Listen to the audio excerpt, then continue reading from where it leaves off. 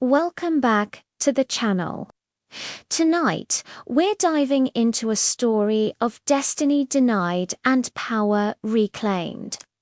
Imagine being rejected by your fated mate in front of the entire world, a truly soul-crushing moment.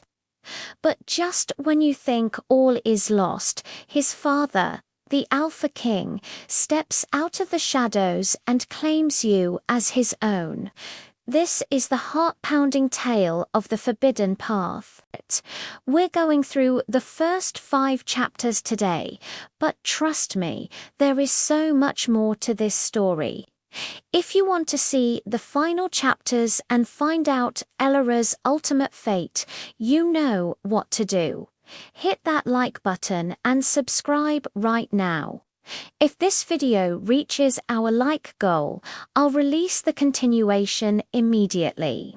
Now, let's begin with Chapter 1, The Unveiling of Scars. Of my emotions.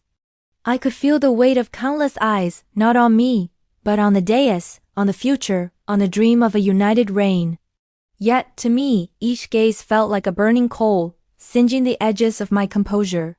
I swallowed, a dry, rasping sound in my throat, trying to moisten the sudden parchness. A lifetime of quiet yearning, of hidden glances, of private dreams, all culminated in this singular, terrifying, magnificent instant. And then a hush fell, deeper than any silence before. A collective intake of breath, a reverent stillness that vibrated through the very foundations of the palace. He entered. Prince Kaelen. He was everything the legends promised. Tall, broad-shouldered, with an aura of power that crackled like static electricity, drawing all light, all attention, all breath unto himself. His midnight hair, sleek and unruly, framed a face carved from granite, and shadowed by an intensity that bordered on the feral. His eyes, the color of molten gold, swept across the assembled crowd, a gaze that seemed to penetrate flesh and bone, laying bare every secret, every hope. And as they did, I felt it, that familiar, intoxicating pull, a tether of invisible force yanking at my very core. It was him. It had always been him. My heart soared, believing, truly believing, that he felt it too. He moved with an effortless grace, a predator in human form, his steps measured, powerful as he ascended the dais. The Alpha King, his father, a figure of formidable authority, stood beside him, a silent testament to the legacy Kaelen carried. The High Priestess, her ancient eyes sharp and knowing, began the solemn incantations, her voice a low, resonant hum that filled the vast space. It was time. The moment of truth. Kaelen turned, his golden eyes sweeping the rows, lingering, searching. My breath hitched, a desperate plea caught in my throat. Please, please see me, please feel it. My entire being was focused on him, a beacon of raw, vulnerable hope radiating outward. I could feel the heat flush my cheeks, the dizzying rush of blood in my ears drowning out the world. This was it. Our beginning. His gaze found mine. For one impossibly long moment, the world ceased to exist. It was just us. His eyes, those piercing golden depths, held mine captive. A tremor, electric and profound, coursed through me. My mind screamed asterisk, yes. Asterisk, my soul reached out, yearning. I felt the faint stirring of my own dormant magic, responding to his proximity, his power, his very essence. Then, a flicker. A subtle, almost imperceptible shift in his expression. The intensity in his eyes remained, but it cooled, hardening into something distant, something dismissive. My soaring heart stumbled, plummeted. The tether, once so strong, snapped with a sudden, brutal force. He took a slow, deliberate step forward, his voice, when it came, a low rumble that carried through the stunned silence of the hall, each word a shard of ice splintering against my fragile hope.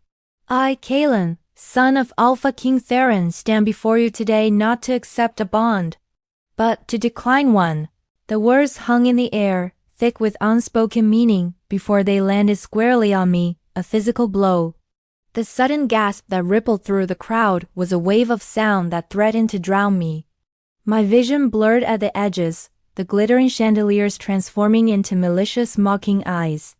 No true mate has presented herself to me this night, he continued, his gaze, unwavering, cutting through me like a finely honed blade. The fates, it seems, have not yet deemed me worthy of such a gift. He didn't name me, he didn't have to. Every single person in that vast hall knew who had stepped forward, whose hope had been so brazenly displayed, so utterly crushed. The whispers started instantly, a venomous chorus of pity, shock, and thinly veiled schadenfreude. Elara, that plain girl, she truly thought. The blood drained from my face, leaving behind an icy mask of shock. The delicate lace of my gown suddenly felt like a shroud, suffocating and heavy. My knees threatened to buckle, but some stubborn, desperate part of me refused to fall, refused to give them the satisfaction. I stood there, exposed, raw, flayed open for all to see. My dream, meticulously built over a lifetime of quiet yearning, lay shattered at my feet, its fragments reflecting the harsh, unforgiving light of Kaelen's rejection. The humiliation was a burning brand, searing itself onto my very soul. It wasn't just a refusal. It was a public denouncement, a declaration of my unworthiness before the entire elite society. My chest ached with a pain so profound, so utterly devastating, that it felt as if my heart had been ripped from its mooring, leaving a gaping, desolate void.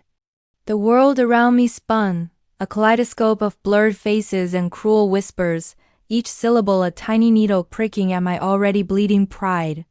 My future, once so clearly mapped, so brightly illuminated by the promise of Kaelen, now stretched before me, a terrifying endless expanse of barren nothingness. What was I now? A rejected female. A woman who had dared to hope, dared to dream, and had been summarily cast aside. The weight of that judgment, of their stares, of his dismissive gaze, was unbearable. It felt as though every scar I had ever borne, every insecurity I had ever harbored, had been ripped open, bleeding fresh and raw for the world to witness. A profound emptiness settled within me, cold and vast. The vibrant colors of the hall, the shimmering lights, the very air, seemed to dull, to mute, as if the joy had been sucked out of the universe.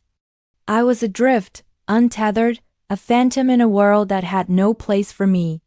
And in that terrifying void, alongside the crushing despair, a tiny unfamiliar spark began to flicker.